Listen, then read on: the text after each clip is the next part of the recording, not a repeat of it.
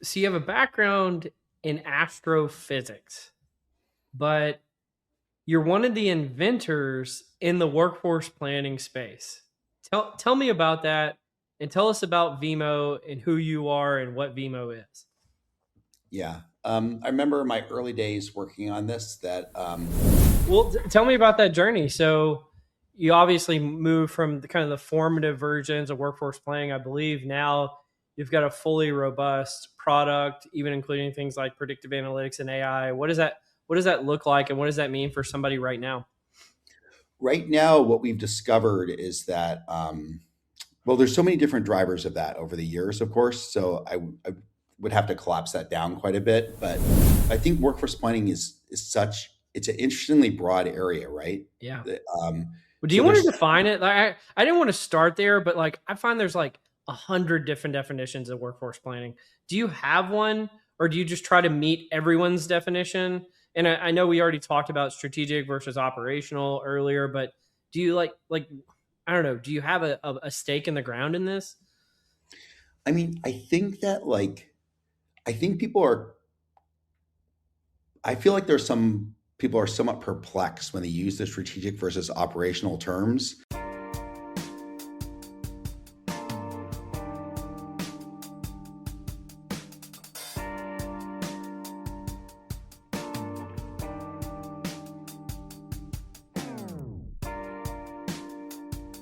Welcome to Directionally Correct, a people analytics podcast with your host, Cole Napper. Today's guest is Peter Louch, the CEO of Vemo, as a part of our HR Tech Voices series. Hey, Directionally Correct fans. This podcast is dedicated to you to help educate and entertain you on how to effectively do people analytics, workforce planning, talent intelligence, behavioral science, and understand the impacts of AI in the workplace. If you're looking to stay connected to the podcast, make sure to subscribe to Directionally Correct Substack newsletter, where you can read Cole's articles or watch the video of the podcast. You can also see video on Spotify or YouTube, or listen to the podcast on your app of choice. Feel free to check out Cole's new book, People Analytics, and everything else that's going on at colenapper.com. As always, all opinions are our own, and thanks for being a listener. All right, Peter. So you have a background in astrophysics, but you're one of the inventors in the workforce planning space. Tell me about that and tell us about Vemo and who you are and what Vemo is. Yeah. I remember my early days working on this that, I knew this guy who was over at, I guess I think he was a salesperson at Connexa at the time, Mm-hmm. Tim, and he told me like, and I was trying to describe to him like, yeah, trying to create this workforce planning space, and and he's like, wait a minute, hold on, before you talk more, everything you ever say, you have to start off by saying, I have a degree in astrophysics, and I can tell you this isn't rocket science, but whatever. Yeah, that So joke just writes itself. yeah, just yeah, it writes itself. So, but I think even when I did that, I always had this sort of penchant for sort of automation. So I've been in the workforce for a while. So when I was in the astrophysics department, I worked as a I worked for credit for class credit, whatever, and a graduate class credit, where I was trying to adapt some old Fortran code to C. And the purpose of it was to automate the collection of light curves from pictures of galaxies. Because now you buy a camera and it just does it, right? Like automatically. But back in the day, you used to have to fit a light curve to each set of pixels.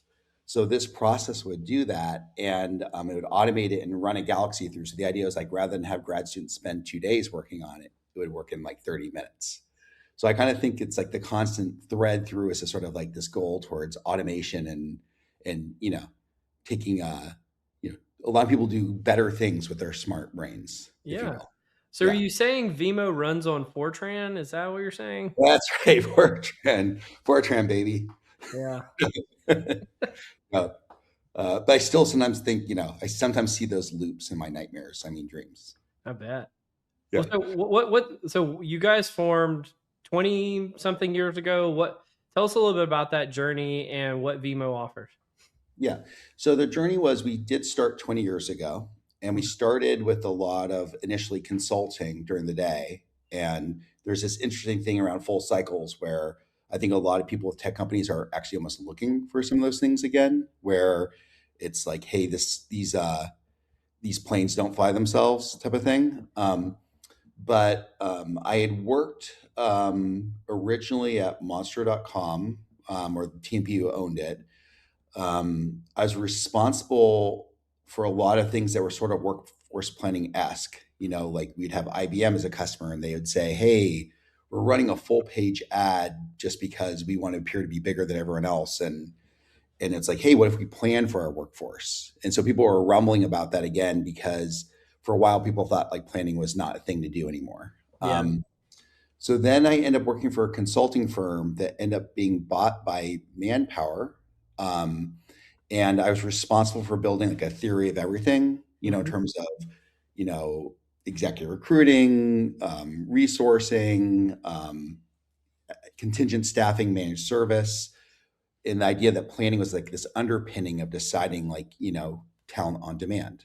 Okay. Is those At that time things kind of grew currency, like it was like you know, uh, talent supply chain. Everyone was banding that about, and things like that.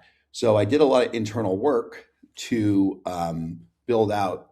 I mean, these slides are so great. Like sometimes I want to go back and find them. They were, I had a dedicated PowerPoint person who just was bringing the vision to life. It was the best of times.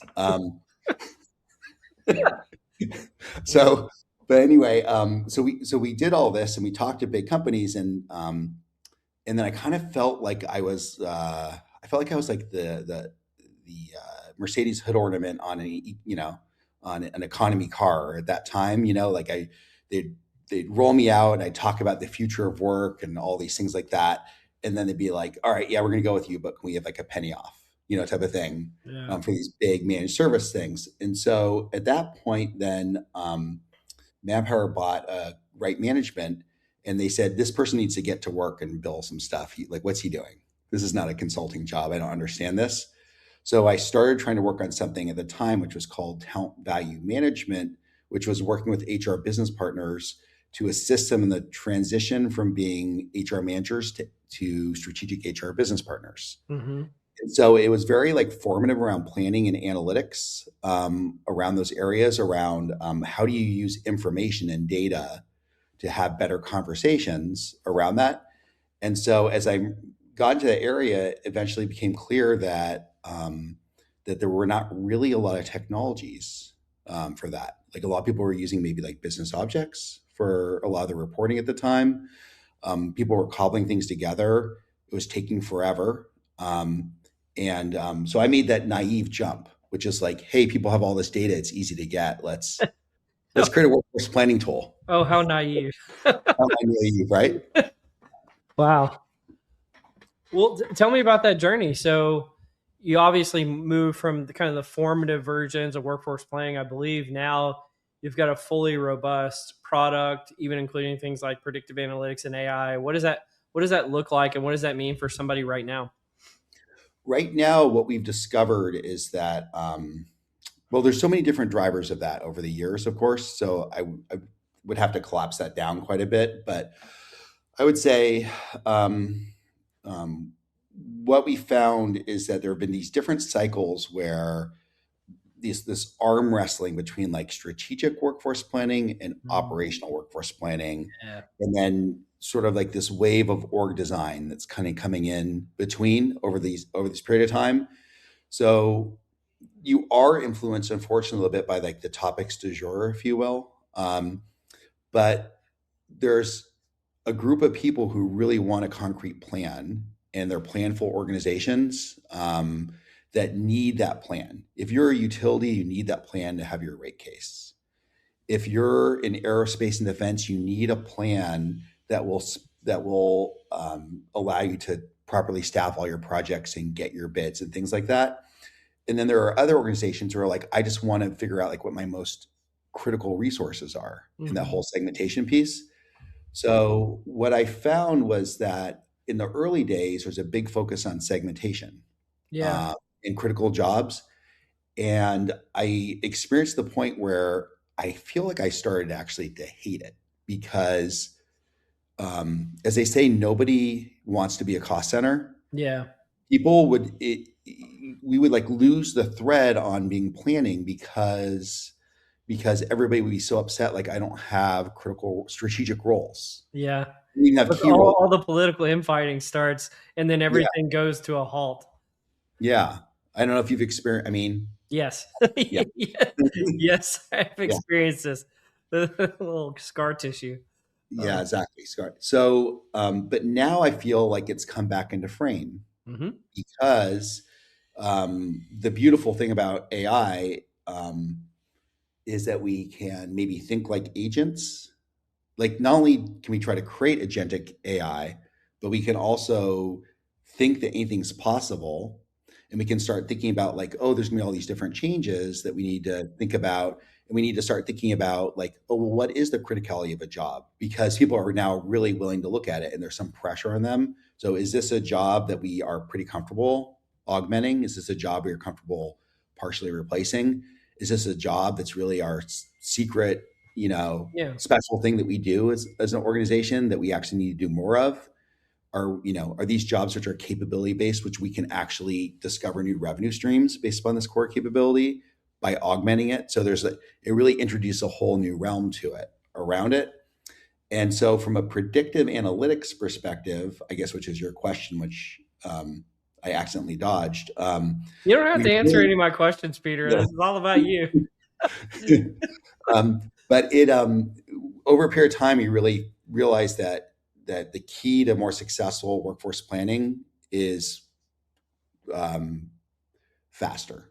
If Faster. you can get results more quickly, and if you can get to the point where you're answering questions on demand, then that is like the ultimate goal. Not really possible fully, but possibly partly.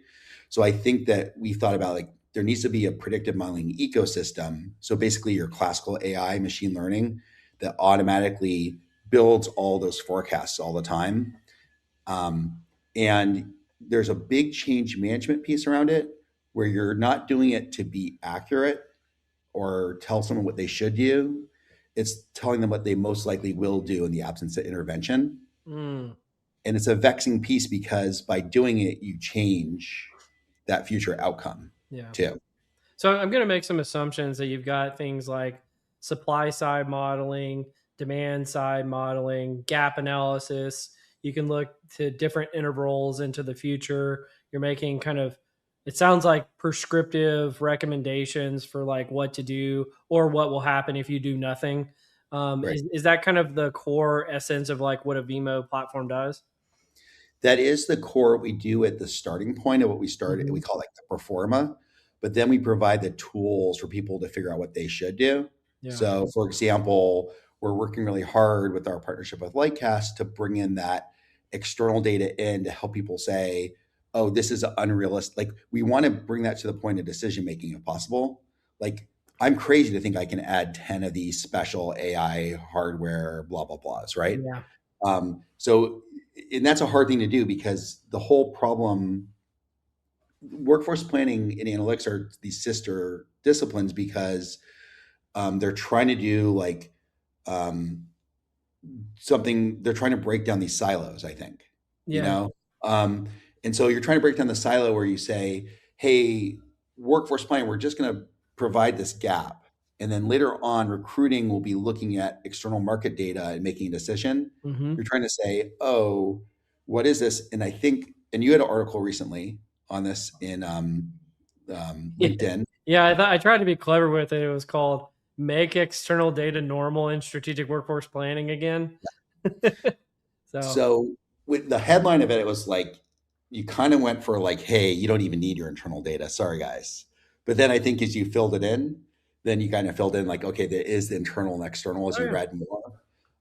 But I think that's like the silo busting area that we're in workforce planning now, which is like, how can we pull these data threads? And then, as you know, organizations have this, especially large organizations, have this perennial taxonomy problem Hmm. where they're unwilling to let it go. They go and they say, we're never going to build another job taxonomy internally, but I don't think they fully mean it because everybody has their special terms.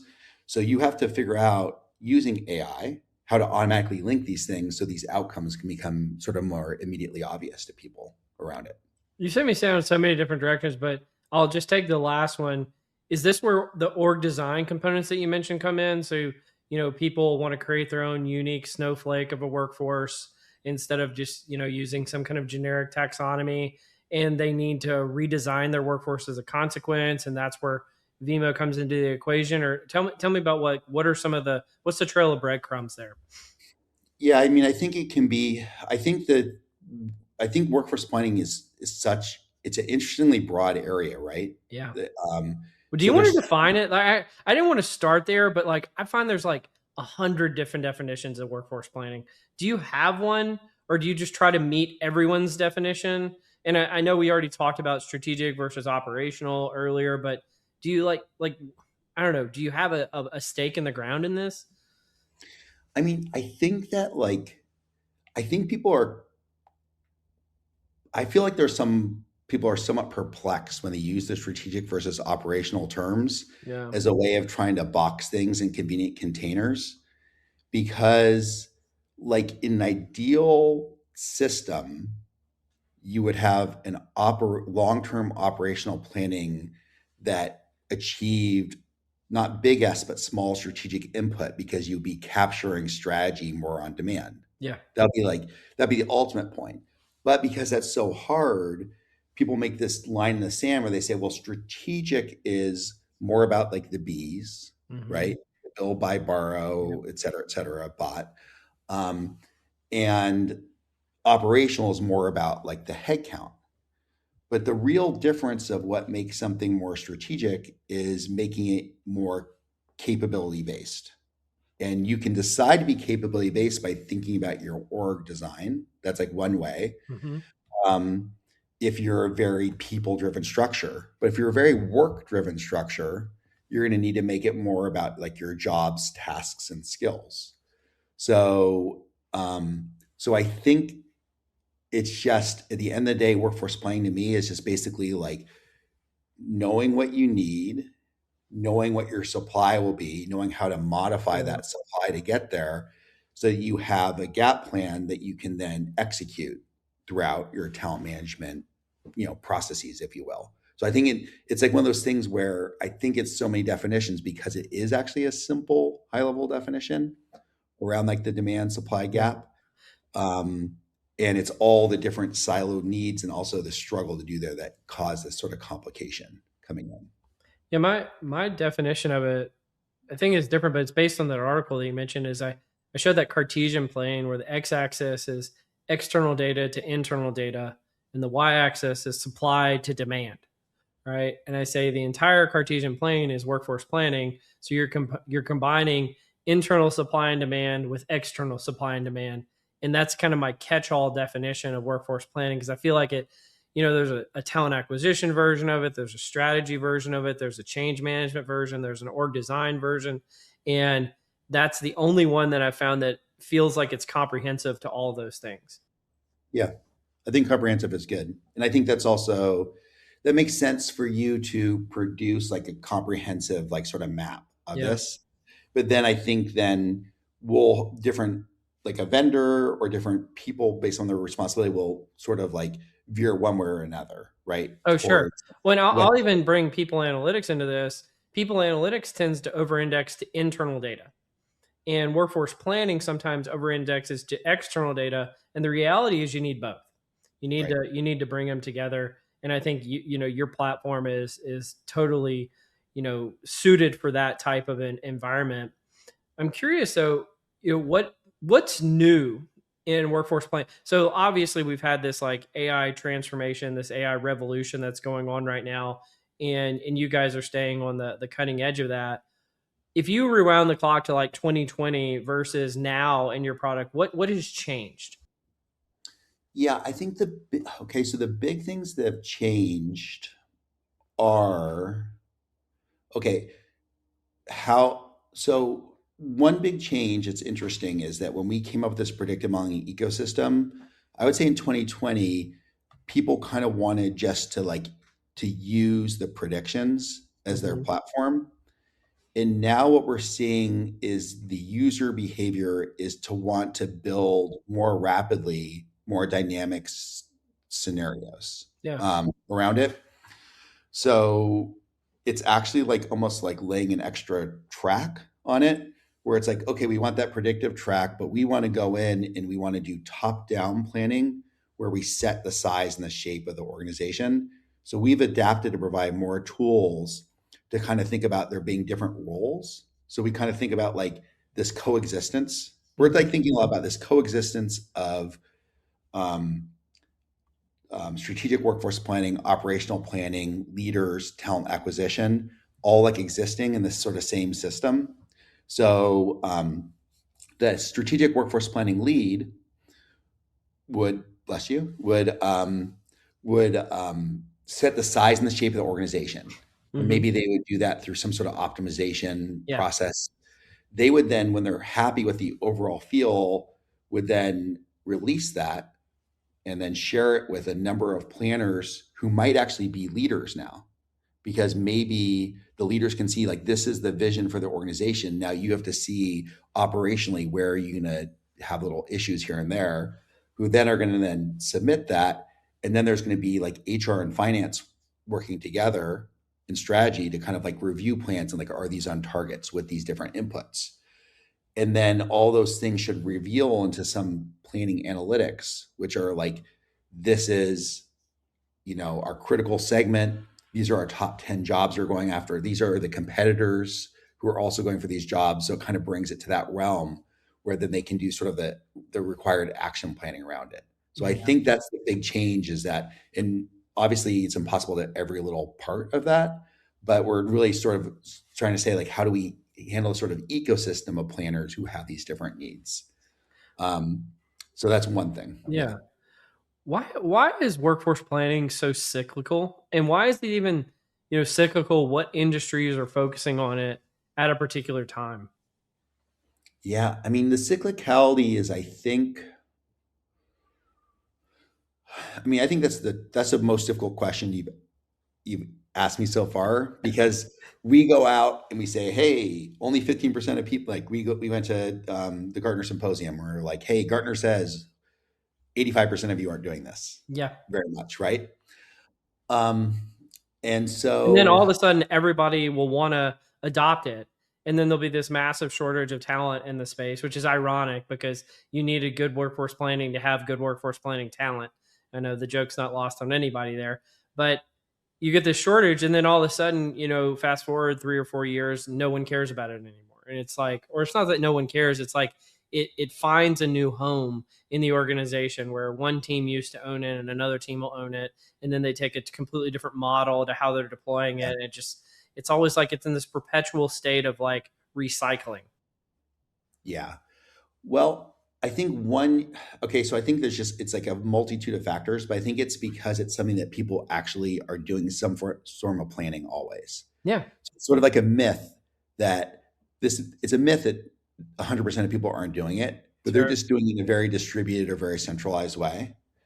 I think some organizations, there's one of the things that hurts them is because it's one of the more complex HR driven initiatives. When it's HR driven, there's a desire to try to perfect it before rolling it out. And I think you have to kind of like do this, what people, some of our customers say, you have to fail forward. Yeah. You have to actually go in and get it out fast, learn from it, and be like, this is an experiential project, right? This is experiential learning in the form of technology too. Um, and then I think that also, because it's not immediately easy, um, it's like one of those things, like we tried that, it didn't work for us, is a little Yeah. bit of that realm too. So it's like kind of combination of things. But at the same time, we have a number of customers who have been like at it proactively and part of the business fabric, who've been doing it for 8, 10 years. So once you get into part of the business fabric, like this is how we do business, then Yep. it's a thing, right? So I think it can become a thing. And then some people, like I mentioned before, like utilities must do it. It's part of their rate case, for it. So it's like one of those activities where it's important. So it is a bit of a mystery, but um, I think it's like, I know you attend the same events I do, and there's a lot of people like are really going for these sensational ROIs, right? And things Yeah. like that for everything, as opposed to like, I'm going to go in and really understand like what it is we're trying to do and like how we do this. So I know I know. What do you think? I Yeah. mean, maybe you can finally enlighten me and I can crack the.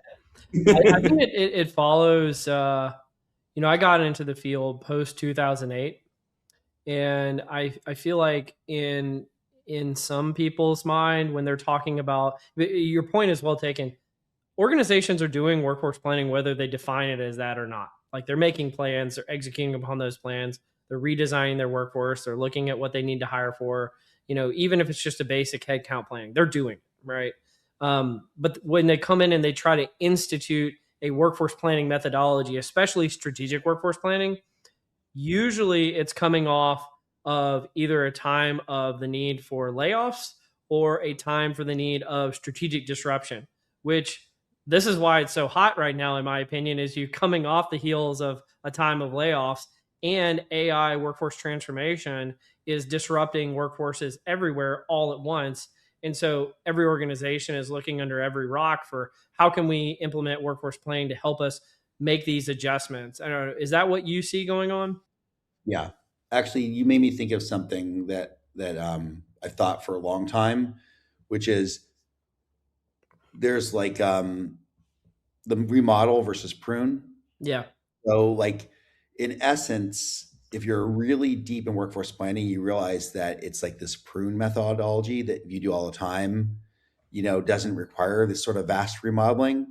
But right now, like in our big workforce remodel, right? And this transformation is the big topic, so hot. So everyone thinks, yeah, this is what we need to do now. And I think the problem with some of those projects is sometimes they're responding to something which already happened like a year ago. Yeah. So I know literally we've had some projects that have come in that they quote like this got approved, and then we went through all the argument about who owned it, and then we went out to bid, and then now it's 2 years old. This business event that we never want to repeat, and so sometimes you're like chasing this past problem, whereas as opposed to just like being part of like good organizational hygiene, if you will, or something like that. And I think that's and I think there's a similar crisis happening, not crisis, but some mini crisis happening in analytics, where I've heard about it a little bit, where a lot of organizations sort of think like, yeah, we could do this a different way, or this would be like this, or maybe we don't need it. Or I've heard about some departments cutting back in the area, but then it's like they only miss it when it's gone. And I think it's one of those things where it's like of course we want better data about our people and processes and all that, but then it gets oversimplified because if you're actually really successful you can kind of make it boring sometimes, like that's like in terms of Yeah. well process. So there's that tension I mean, there. that's what you're going for. And I've heard many people say this, and I say it quite often, is the number one goal if you're doing workforce planning internally is to embed yourself into the business processes. And I think that's the way of making it boring.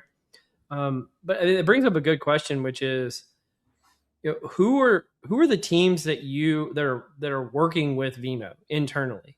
Are you working strictly with workforce planning teams, or like who's purchasing your software? Like what kind of companies are working with you guys? Yeah, I mean that's a really interesting question where I think um, it it sits in a lot of different places, which I think is interesting. Yeah. Like if you sell recruiting, it sits in talent acquisition. Hmm. Maybe someone had a so so sometimes it's sitting within under analytics.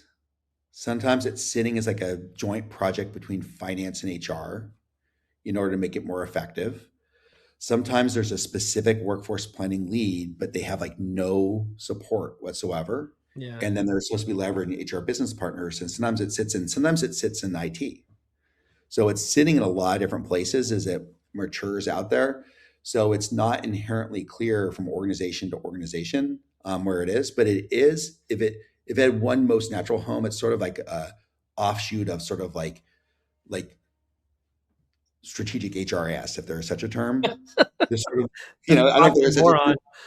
it's all right, but there is like sort of that group because it's like, this, like the numbers are hard.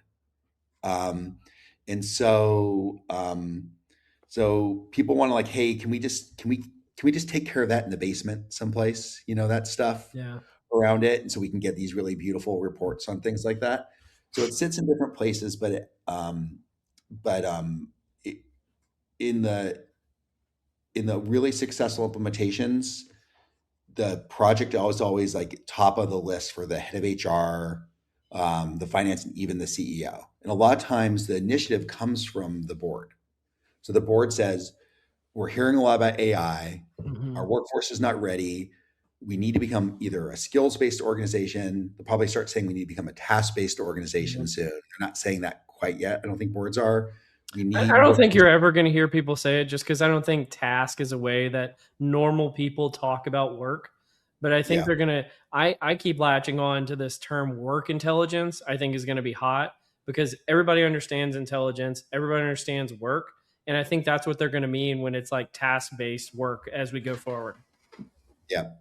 So I think it's like the drill for I think the drill for why people do it starts pretty high up, and it ends up going down all these different paths. So I Hmm. think that's the emanation of our project is a little bit like that. Like it's sort of that question where the CEO says, "How come we don't know the answer to this question? We should all know this." And then teams everywhere form and rush to create answers and Yeah. compete with the answers.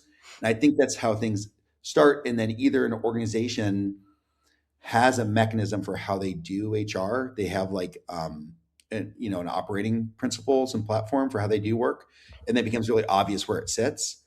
Or we hear a lot of times like we're trying to decide who owns this. Like I Yeah. heard from one of the top 50 companies, we're arguing right now whether talent acquisition or talent management owns this. You know, Yeah. you You see a lot of that going on. see a lot of that, and that's a problem, I would say. Well, when you're making kind of these scenario plans or you're using, AI to help generate, projections of the future, does it have to be perfect, like rounded to the 4 decimal points, or is just acceptable accuracy, or maybe you might even call it directionally correct? I don't know. Is directionally correct acceptable when doing this type of work, thinking about the data itself and the projections you make? I think I think we can agree that everything is all about being directionally correct. Oh, Yes. look at that. I like it. I like it. Yeah, but I mean it's really what the so so if we work with a really large company that has 1,000 data scientists, Hmm. of course, if they set their mind to it, they might build unique and novel predictions, which might be better, right? And more enhanced and more. They might have additional access to information that we just don't have. Maybe all, but they are supposed to be driving revenue in that company, right? So what we say is like, hey, you don't have to worry about this because this will run automatically and fast, and it'll be directionally correct. And the trick to predictive information is currency and being able to respond more quickly. So if I can give you a perfect prediction that's 2 months old versus I can give you a 90% prediction or a 95%, which is 5 minutes old, I'm going to work on the 5 minute one because the world's changing quickly, right? Yeah. And that's the whole part where I think you and I spoke previously about a presentation we both saw from Jeremy at Merck, where he's talking about, Mhm. hey, we have to review AI with the lawyers once a month, you Yeah. know? So I think it's like that really current information. It's all about it's directionally correct, and it's giving you something to be like, how do we feel? I know it's like that's a weird thing to say in technology, but how do we feel if our organization looks this way? Will we be able to achieve all the goals we're talking about in this meeting, or do we have the workforce to support that? And I think that's like a really important way to look at it. It's actually meant to be something that's just going to be partially discarded. You're going to kind of say like, my organization is like, no one's saying this right now, but pretend like a couple years back, hey, 80% of my workforce is not really, the business is not really changing that dynamically. This is an area that I can kind of predict what will happen next. This 20% is our bets, and Mhm. also our previous bets that didn't work out, and where we're kind of going for sales adjacencies or whatever it is around this where we really need to focus on. So I think it's like it's that question of like, hey, will this workforce continue to basically support the goals where we can accept this as the plan and then give it as that direction? And is this an area where we have to throw away the predictions because we're really needing to do something differently? And then the new thing coming in is, oh, but can AI help us actually come up with better predictions? So in the one of the subtle things, um, it's actually something we've done for a while, but I felt like I described it in a bad way. I said, well, hey, at the heart of our system will predict your demand Mm-hmm. on your previous headcount. And I was like, people are really frowning a lot when I'm saying that. And I said, but so then I thought, well, I should really describe more that we're predicting that, but we're tying your jobs to a market taxonomy, Mm-hmm. and we're using AI, if you let us, to sort of say like what are the fundamental components of that, whether that's tasks or skills, how are those being affected, and therefore how will that trend be affected based upon these external pieces. And that's like super interesting all of a sudden. Yeah. Even though it's just a dialing it in, clicking in further into like how to do predictions. And I think that's an interesting part of it where it's like one of the big, you asked that question of 2020 to 25. So I felt like the predictive crested and then people said, well, it's not perfect. So I have to do it anyway. So I'm going to throw it away. But now it's like, oh, wait a minute, we might need this more because of the pace. And if we can kind of tune it a little bit better and make it more sophisticated in that way, then there's something there. Yeah. Well, just to go back to what you were saying earlier, the Jeremy you're referencing, previous guest of the podcast, Jeremy Shapiro, who's at Merck, so people can go check out that episode when he was on. One of the things that you mentioned a few times that I'm in violent agreement with you on is moving fast is better than being right. Like just moving at the speed of the business. And early on in the podcast, you said something about, not being a cost center. How do the teams that utilize effective workforce planning move from being a cost center to a profit center? Yeah, that ties into your book too, right? Because you're A little talking bit. about yeah, we want to be a value added function, and that's the dilemma that it's sort of that I want to answer this like in a roundabout way Just say because it. Come on. yeah, Nobody's listening. It's just me and you. yeah, well, because you asked about how I got into this, and I was talking about the consulting work I did, Yeah. but uh, so you know how Jeffrey Moore wrote that book, Crossing the Chasm, Yeah. and then he wrote a follow up book. He wrote Living on the Fault Line. Okay. And I what don't remember I that. used to give Living on the Fault Line to HR business partners to read because it was the first book I thought really about workforce segmentation. Mm. Even though he never mentions HR once, but he says, here's the 16 boxes of strategy, in terms of picking, and you can only compete in one area and one next to it. So I said, you need to read this because this talks about like how work is done and how you figure out what's critical work. Yeah.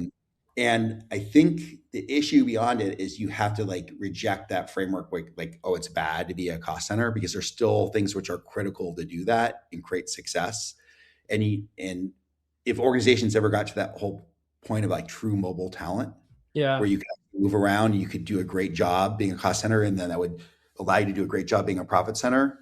That's really the trick. But I think it's like you have to embrace what parts are value creating, which are cost savings, and then do both of those things around it. So I think it's like there still are critical elements to all of it. Yeah. I mean, some people get really caught up on the whole concept of segmentation and critical roles and just the term criticality. And a lot of people misinterpret it as like whoever's paid the most, whoever's the most senior in the organization. But the reality is, and this I even sometimes would reterm it to say it's like these are roles that are strategy execution roles, Yeah. right? Because if you're a telecommunications company and you're laying fiber in the ground, guess who your most critical roles are? The people who are laying the fiber, if that's a strategic hindrance to your business, right? Yeah. It's not, the VP of operations or whoever. It's probably the people who are laying the fiber in the ground. And that kind of cuts through it. But if you come into, a senior leader meeting and you say, oh, these jobs are most critical, everybody is like, oh, so you're saying the C-suite roles aren't the most critical roles? And it's like, no, that's not what we're saying. And you just get into like these arguments that are, I feel like, somewhat pedantic. And so it's difficult to cut through some of that stuff. Do you have any kind of strategies about how you help organizations deploy these methodologies to kind of cut through some of the BS? Yes. We have a lot of strategies, but around and a lot of suggestions, and I can't promise they're all heeded. Sure. But I think one of the true outputs of a really successful workforce planning is doing a fantastic job at identifying high value individual contributor roles, right? And I think that's like because we're going to have our leadership principles. And I think that's also like SWP versus org design, where org design is the framework of like, these are the executives and these are the problems in the heat map of their org that they need to focus on overall to be more successful, right? The things they have to worry about. And then workforce planning is like, when you look at that from perspective, these are the jobs, these are the skill gaps. If we want really effective individual contributors who lay that fiber or do whatever other build, which is really critical to us, are there gaps to that? And then the question now also is what parts, because some of the fiber is more not physical now, right? Sometimes the fiber you're laying is sort of more conceptual. Where can AI conceptually help lay some of that for some of these jobs as well? And then there's also, the talent shortages for a lot of these things too. Mm-hmm. So, so I think I think it's framing. I think it's just really good framing around like the purpose of the program and why you do it. And then the costs around doing it well versus good versus poorly. Absolutely. Around those things. Yeah. Well, you want to join me in Cole's Corner? Yeah, absolutely. Awesome. Welcome to Cole's Corner. Well, let's start out with some rapid fire. So we established when we started out that you're an astrophysicist, or you studied astrophysics. Exactly. If you had decided to stay in astrophysics, what would you be doing right now in your career? Well, the time I did it, most of the people were going out and going to work for like Lawrence Livermore and times like that. Mm-hmm. But I think I've been intrigued by all the use of AI in terms of, I don't know if you've ever read any of these articles about how astrophysicists use like observations and they inject fake signals into it in order to actually determine whether signals are real or not. So there's this vast field of using AI in astrophysics to actually interpret, like, is there life on this planet, potentially, or is there life supporting planet, like all this things like that. So I think that's like a fascinating sort of data intersection. So I think I would go with that. I would like still end up on this path where I'd be like trying like crazy AI stuff, He's searching for alien life. I love it. Searching for alien life. No, I'm with that. So what's the place you've never been to that you most like to go and why? I really want to go. There's a lot of places like that, but I want to go to I think they're called like the Lofgren Islands off of Norway, where you can hike, and like when you hike there during the solstice, everything is like green and orange and every imaginable color of that. I had a friend who went there and did that hike and sent me some pictures, and I'm like, that's high up on the list. Yeah. That's awesome. I've never even heard of that. That's amazing. That's cool. Well, if you were a character in any book, TV show, or movie, who would you be and why? Geez, what a tough question. You know what? Like since I've been recently watching Pluribus, I think I'd be her. You know what I mean? She's just. Oh. So I've only seen clips of Pluribus on YouTube. I haven't actually seen the show. It does look fascinating. I don't have Apple TV. That's a good one. That's a deep cut. I like that. So deeply cynical yet hopeful. Yeah. And so it's just like pushing to an extreme. So it's very current about it, but it's just, yeah. I like that. Here's a fun fact for you. Do you know who invented the concept of the 5-year plan? No, I don't know that. Joseph Stalin. Right. I didn't hear that before. Right. I was like, what? And so that actually, I'll be honest with you, when I found that, it was not that long ago. I like re-evaluated my whole love for strategic workforce planning. I was like, do I want to love this if this is what it was meant for? but I don't know if you've gone through that journey at all. Yeah, well, I did hear about there is someone who does a spiel about how the only people that really successfully do workforce planning is Stalinists, and then their Yeah. society failed as a result of doing it. Mm-hmm. So, um, but there's also the other theorem, which is that um, even the worst person is not 100% bad and could have a good idea. Yeah. No, even a broken clock's right twice a day, so there you Yeah, go. right. Exactly. There you go. Well, I've got one big question for you. Mhm. So, if you were going to work with an organization and build the ideal workforce plan or planning function, what would that look like? And could you even lift it and shift it to other organizations? I would, um, yeah, I think what it would look like up. So I think I've alluded to this already. It would look like up front with this, like getting sort of buy-in of like why we're doing it and Mm-hmm. how. And I would go big. This is how it's going to make us. This initiative is going to make us the leader in this field. Mm. I'd want to do it for somebody who was like a perennial number two or number three, who had a chance to look at and get that advantage, because that would be like fun, right? It wouldn't be like, it would also be cool, like to join a leader and kind of like build it out more. So I would want to get like these different inputs and define everybody's role in it. And then sort of like make sure that even if it wasn't gamified, that they viewed it as a game that they were participating in Mm-hmm. for these outputs. And I'd want to be like, I'd want to have like rewards for people like being right and for being wrong.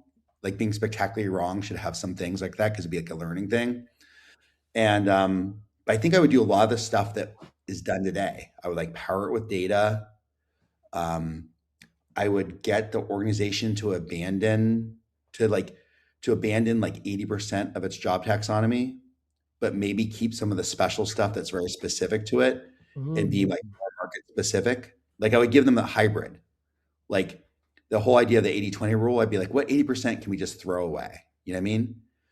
I would I would insist the organization would not have 14 to 17 or 12 layers. You know what I mean? It's so distributed. Yeah. I would convince the CEO that they can't have like 4 lines of reports to the next level and that sort of disinformation that could happen right there. Yeah. So I'd insist on being a really well functioning organization where those organizations meant something and they didn't change the names of them all the time and call that, redesign. Like if we just tweak this name, then we're really going to finally knock it out of the park. And then, and then it'll be a process which would run. I would say it should run quarterly as a process where you just go and you have a different sort of theme or flavor of like why you go through it and roll through it. That's like a little bit very high level. No, Is I that love that. I especially love the cutting like 80% of roles, but I always call it like leaving the secret formula of Coca-Cola roles, right? Like what are the things that truly differentiate your company and make you unique that's a role that literally no other organization has. I love that. So that's fascinating. Yeah. Well, here's a stat for you, which is interesting. In my first workforce planning project, the most critical role was all described by one name, Mhm. but the least one actually had 70 different permutations of the name internally. So that tells you something. When it's important, we know what to call it. You Yeah. know? Yeah. Maybe, I bet you that would be something worth researching Yeah. internally across organizations. That if you see a proliferation of job titles, that means that your work is meaningless. That would be Roll a fun slop. research project to do. Roll slop, right? Yeah, exactly. That's funny. Hey, this is William Tincup, and you should know about the You Should Know podcast. It's a topical, fun podcast with Ron, myself, and a guest, or guests, plural sometimes, and we tackle the most timely topics of the day. Give it a look, give it a listen, and subscribe. Thanks. Well, let's do some what am I reading? So I'll start us with this first one, which is about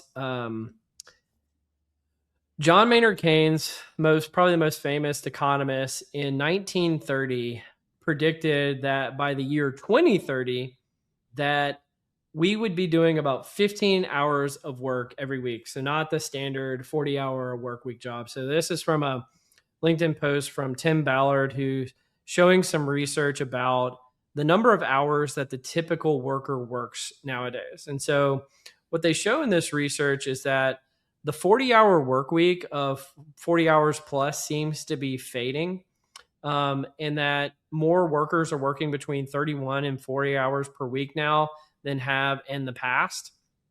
Very few people are now working very long hours. So the number of people who worked 50 plus hours a week has halved since the year 2001. And then been a decline of also short hour roles. So people who are working less than 20 hours a week has also decreased over that period of time. So together, they're calling these trends the great compression of working hours. So fewer people are working the extremes of extremely long hours or extremely short hours, and things seem to be more concentrated in the middle between 20 to 40 hours a week. What did you think about this one, and was this surprising to you in any way? It's not really surprising in terms of overall trend, although it did shake one of my, I've sometimes I've been guilty of saying the number one theorem of work is that work begets more work. So I think that's the great, shield against AI taking all the jobs, is that we're just really good. And Filling up the day. we are good. And there's a lot of very cultural elements of work too, right? Yeah. And things like that. So I'm not surprised though, like in my own organization, developers are much, uh, their schedules are much better based upon using Copilot, right? And things like that. And people are able to use a lot more tools they couldn't use before. So we all have like a world book at our fingers now, right? Or something like that. So I'm not totally surprised. I was really surprised by the compression of the short work weeks Yeah. around that. I don't know what to make of it. Although I think it might be also that these are like the opportunities of things that that people are farming out and they weren't keeping track of, and they're like, hey, I'm not that worried about. So I think there might be actually a decline in the population in general who have some of these short hour weeks. I don't know. What are your thoughts on it? I think there's like two things going on. I think one is there's like this humanist belief that as society gets more productive, we're all just going to sit around and eat grapes and work like 7 hours a week. And realistically, there's two reasons why that won't happen. One, in the United States, I believe it's if you don't work 32 hours a week, you're not considered a full time employee, and therefore you don't get benefits. And since we Right. don't have like universal health care, I think you'd probably see a staggering number of people who are at 32 hours a week or 33 hours a week just to meet that threshold, probably. But the second reason is just because companies are competitive, right? And so if one company starts to pull ahead, guess what? The natural inclination of the CEO of the other company is to say, we need to work harder or we're falling behind. And so, you see this kind of ratcheting up of yeah, well, maybe we did become more productive over the last year, but because of that, our competition is forced to become more productive. And therefore you see this kind of like meta effect at a societal level that even though everyone's becoming more productive, they all are normalizing that productivity, and therefore everyone has to stay working longer hours. I don't know if you have any thoughts on that. I think that's true. There's sort of the mutually assured, whatever, Yeah. you know, there's like the quote death spiral of capitalism, mutually assured, whatever. It's like it Yeah. keeps on driving us to do more. And that's been behind return to office too, right? Yeah. Where it's not fact based. Like certainly there are, and there's been a natural drift back. There's a lot of research which says, Sure. hey, if you're a newer in workforce, you're lost, right? So there's a natural drift back. And so there's some sort of blend of it. So I think that's part of that whole part where it's like there is like a keeping the foot on the pedal element of it. And I think it also it kind of ties into a lot of our conversation today about this non-planful organizations, Mm-hmm. right? Where it's like, hey, there is a number which is correct of where you're actually doing that work output, and people are just like using their beliefs instead of how work should look. They're using Yeah. presence versus output is their measure, right? So Yeah.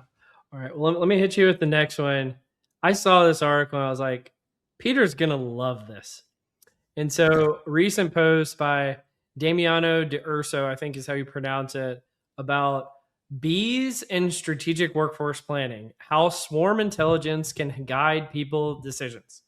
And it's actually a surprisingly technical article that I'm not going to go too much into the details of, but they introduced this concept of what is it? It's HTCA, so hiring, training, concentrating, and automating as kind of a model for thinking about workforce planning. And they introduced the bee swarm optimization, I guess something that they probably took from like biology as a methodology for how to adapt that to workforce planning. And so they use these three concepts of bees. So there's scout bees that test bold structural pivots. There's onlooker bees that make finely tuned tweaks to they're all going out and exploring for pollen. And then elite bees who preserve the best performing plans thus far. And they take this methodology and mimic it to HR and strategy to show that there's folks that are pushing different radical scenarios. These would be the scouts that are going out there kind of testing the limits of where you might go as an organization. There's the testing of incremental adjustments. So these would be the onlooker bees. And then there's the don't lose strong existing plans, which would be the elite bees. And these different compositions of how you would go in and represent the HTCA, I believe is what it is, in your organization. But I'm probably doing a poor job of explaining this because it's actually quite dense, but I thought it was fascinating. What did you think about this one, Peter? And are you guys introducing bee swarm optimization into the Vemo product as a consequence? We started doing it as soon as I got this article from you. That's awesome. I love it. I think there's an element that we have, which I think a lot of times, and I think we did much more plain speak. We have the version, which is like, we call silly executive questions, where we feel like people, every time they do a scenario, they have 9 questions that you would never do for every 10th you might iterate. And this is true both in workforce planning and org design. So the idea is like, can you automate that process around rapidly seeing how these scenarios look like and doing those, doing the ones like the radical explorations? Can you do all those radical explorations that you're not going to do? The part about the article that was like, that it's a little bit one size fits all. So I kind of would go back to like what your strategy is around it, where it's like, are you trying to you have to do some radical things. Like think about like all these AI companies who have just created fabulous wealth, right? They weren't, no one was keeping the plan, right? There was no plan. I know there's times of growth, but there are companies who are like, maybe that's like the whole part of keeping the plan is like that whole resistance to change, right? So it's like, it kind of goes back to that original concept of like, you have to know when to cannibalize what makes you most successful. And you have to do it like really artfully if you want to continually reinvent yourself. So these keepers of the plan, these guardians sometimes actually have to shift, right? So it made me think, then right after you gave me this to look at, I read an article in the Times on lizards. And these lizards, they've been studying, some are orange spotted, some are yellow spotted, some are blue spotted. So they went deep into DNA. It was really hard to collect. And they realized that the yellow and the blue had no DNA difference. They're identical. And it was environmental what made them yellow and blue. And it was like they call it like the rock. You should check it out. It's like the rock, paper, scissors lizards. Wow. And what it basically was is like environmental. So I was thinking about this and the bees and the other biological metaphors, and thinking about like the whole adaptation. You need like an adaptation. Like these bees are going to have to like, they're going to have to change from blue spotted lizards to yellow spotted lizards sometimes as well. Yeah, you need to add some stochastic mechanisms into the bee optimization model. Stochastic mechanisms, yes. Yeah, that's fascinating. All right, well, let me hit you with the last one. Frequent person we've cited on the podcast, Dr. John Sullivan, always writing something provocative. Right. And so he recently published an article called Pay to Apply and Other Ways to Discourage Spam Job Applications from AI Agents. And the synopsis of it is, they've seen record numbers of applications, up to 45% now coming from AI agents, so not real human beings necessarily. And 20% of employers are considering that people will actually need to pay to apply to jobs. And it won't be large sums of money, but it's a decent amount. And they say for about $13 per week, an automated robot will send out 50 resumes for a candidate each and every day.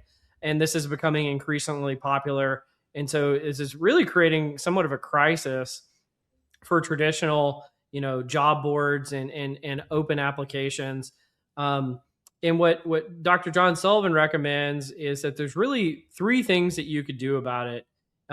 If you wanted to reduce the number of applications and make it more likely for human beings to apply, it's one, you can have pay to apply, which we've already talked about. You could limit the number of applications that any one human being could make per month. You could emphasize employee referrals. You could bypass the quick apply feature that's on most major job boards and adding a I am a not a robot verification process, even though I think AI agents have beaten that, but you could still add that in as a way of doing this. But really what you're trying to increase is whether or not an applicant is fully qualified, whether they're a good fit for the role, and whether the candidate is interested in the company rather than this kind of spray and pray approach that's going on with online job applications. But have you seen this effect? And what were your thoughts on this one, Peter? Well, yeah, I was interested because he's famous for saying I'm the provocateur, right? Yeah, he is. And so he brings it to its natural limit. But then I was thinking about, I think there are some of us in the market who kind of like secretly kind of enjoyed when candidates had a little bit of their revenge on, because we heard a lot a couple of years ago about like, hey, these companies are like creating this, this sort of quote semi-AI fortress of, that prevents us even from getting qualified applicants in. Sure. And there's this fundamental problem always of this is like one of the oldest recruiting things, right? Which is like candidate looks great, we'll do great. Candidate looks great, we'll do poorly. Candidate looks bad, we'll do great.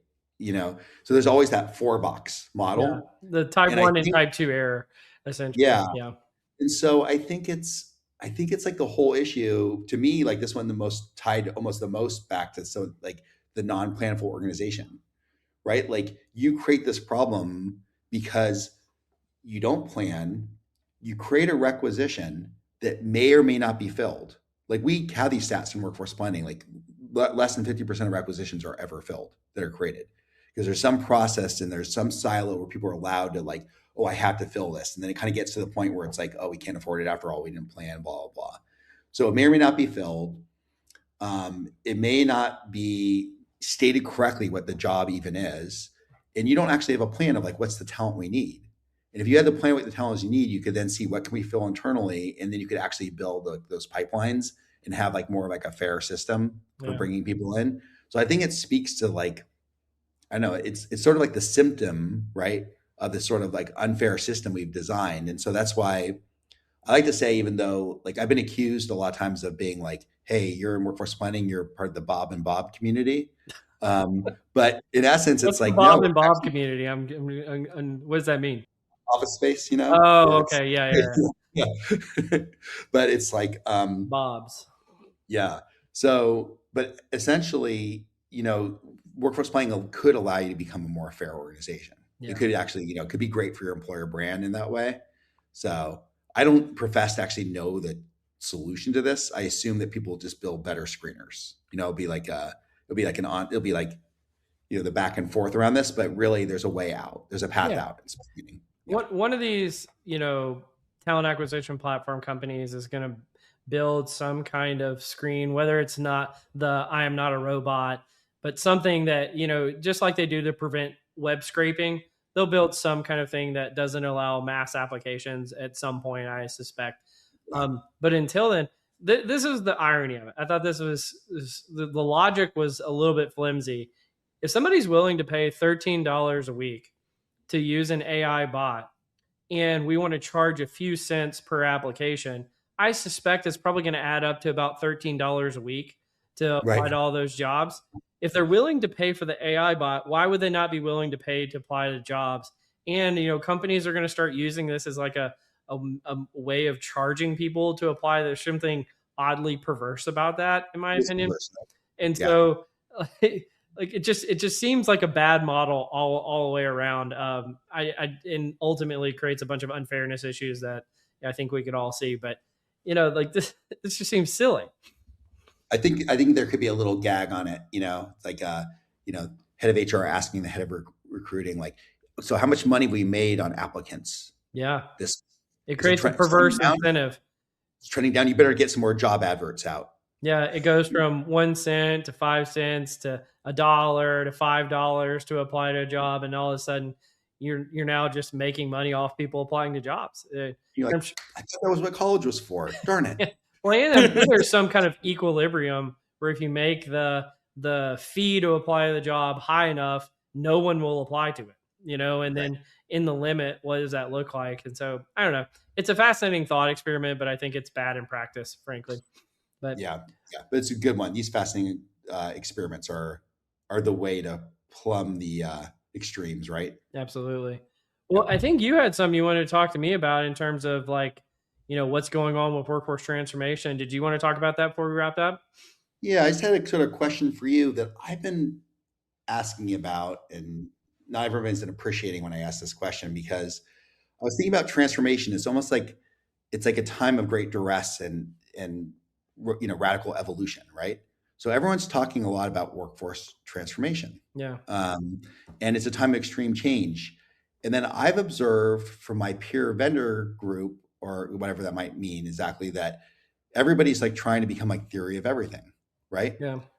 Oh, we're going to do your tasks and your workforce planning and your skills. And, it's a whole part, like, and there's all this convergence, which is happening at the same time.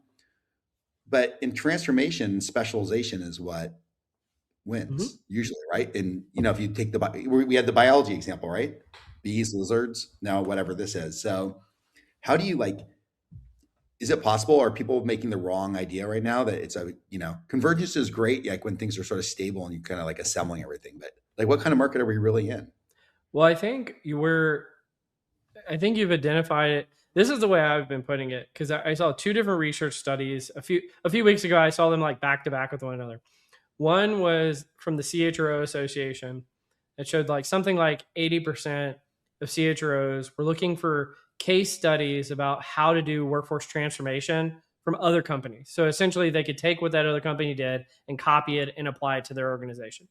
And then I saw a second piece of research from Heidrick and Struggles that said, the top thing that CEOs are looking for in a new CHRO is first principles thinking and kind of the willingness to, be unique and special and not copy other people. And I was like, that's the crux of the issue.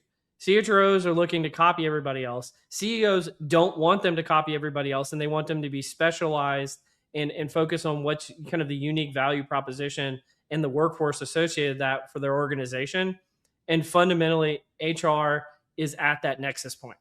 And so HR just wants to be sheeple, and CEOs want them to be kind of unique. And I think that's really what you're seeing here.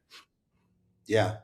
It kind of speaks to, but it's kind of a mistake to pin it solely on HR, because there's that AI risk of becoming an AI receptacle, right? Sure. Where stop inventing new stuff.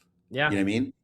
And I think that's humans will always invent new stuff. So maybe it's, well, if you can't tell from my answer, I'm more biased towards the niches, specialization, first principles thinking. And I've been trying to inject that into every organization I've worked at in my career, much to the chagrin of my leadership, who would much rather, be standardized, copy whatever Google did 15 years ago. And it just gets kind of silly at a certain point. So I don't know. Is that what you were hoping to react to with there? Yeah, I was really hoping. I'm really interested in this question about what the right path is, because if you go to specialization right now, you are a salmon swimming upstream. Yeah. And the question, but that might be the path, right? And so just to use the example of like AI in particular, AI seems to be coming for all standardized work as long as it's digital. And so it seems like specialized and niche type work is the future, or things that are non-digital in nature. If you have a 2x2 chart, again, you have like digital, non-digital, specialized versus standardized. The box you want to be in is the non-digital specialized box, because that's probably the least likely to be disrupted. but I think it's still fine to be in the digital specialized box, probably for the time being. Yeah, I think that's a good point. Yeah. It's a really great analogy. It's a lot to think about. Yeah, absolutely. Yeah. Well, Peter, this has been a fantastic conversation. Where can people reach out to you or to Vemo if they're interested in learning more about your organization or bringing you in to help out with what they're doing? Yeah, so they can, they can hit our website at vemo-workforce.com. They can look us up on LinkedIn at Vemo Workforce. They can connect with me, Peter Louch, there. And one thing I would encourage people to do is hit us up on our LinkedIn page, and then sign up for our newsletter. We try to issue a really good newsletter where we really we're not selling. We're really talking about how do you build a business case. We're going to launch a new series next year called Now What? And it kind of is based upon what I was talking about, how a lot of people told me the board of directors says we need to become a skills-based organization. Yeah. They tell me, or we need to be workforce planning, but then we forget to ask them, what do you mean by that? Right? Yeah. So I want to give people a now what. I want to tell people hey, these are 3 different ways we could make this reality. Which one is what you have in mind? We want to give people those upfront challenge questions to frame these efforts. So that's so I hope people hit us up for that and join that newsletter and stay in our orb in that way, and so we can continue to influence this area. No, I love that. I love that you guys are kind of giving back that knowledge to the community as well from what you've learned on top of all the organizations that you've worked with over the years. But this has been a fantastic episode. Thanks so much for joining, Peter. You've been listening to Directionally Correct, a People Analytics podcast with your host, Cole Napper. Today's guest, Peter Louch, the CEO of Vemo, as a part of our HR Tech Voices series. Thanks so much, Peter. Thanks, Cole. Great to see you.